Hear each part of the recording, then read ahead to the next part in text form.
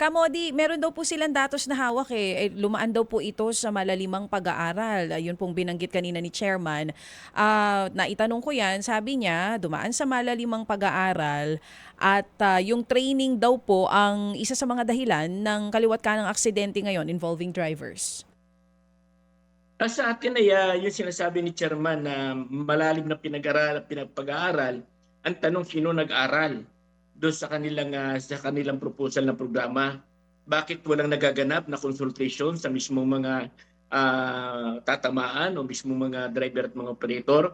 Bakit naglabas agad sila ng isang executive order? Sa ngayon ay pinag-ano nga ni Chairman na ayayar na lang implementation guidelines Mm-mm. na lang ang kanilang inaantay. Ito ay kitang-kita no na ito talaga ay malinaw na ito ay money making lamang at hindi ito ang magre-resolba kung ito yung magiging batayan para maibsan yung sinasabi nilang mga aksidente. As accident ay accident, hindi naman na gusto ng driver na magkaroon ng aksidente sa lansangan, kundi ito ay talagang nagaganap sa hindi lang sa mga pampublikong transportasyon hanggang sa Mm-mm. mga pribadong sasakyan.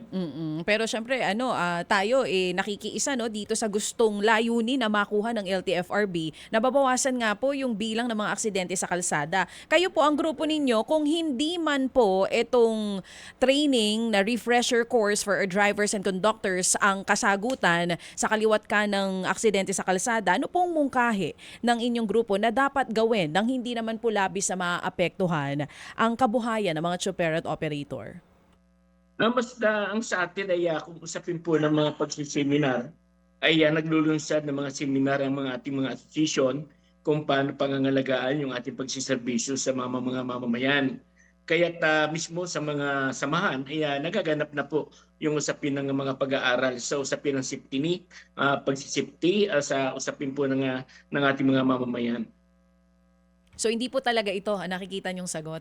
Hindi po ito? Hindi itong Sa tingin training? po natin ay, Ma'am Chacha, ito ay hindi ito yung magreresolba Mm. doon sa usapin nung sinasabi nilang pagresolba sa usapin ng Okay. aksident, Opo. kundi dapat ang pag-aralan ng LTFRB Opo. ay paano natin na matutulungan yung ating sektor, paano matutulungan ang mga driver at mga operator at siyempre yung ating mga mamayan. Hindi sa ganitong pamamaraan na panibagong panggigipit sa hanay po ng mga driver. Sagutin Mm. dapat ng gobyerno ang usapin ng mga seminar. Dapat ito ay hindi ibinibigay si pribado. At Oh. sinasabi nga ni Chairman Guadis kanina, mayroong TESDA. Bakit hindi TESDA? Magbigay ng libreng seminar sa lahat ng mga pampublikong transportasyon. Bakit Mm. kailangan ibigay sa Mm. malalaking mga negosyante na kung saan ay ito ay pagkakapirahan lamang ng mga malalaking negosyo.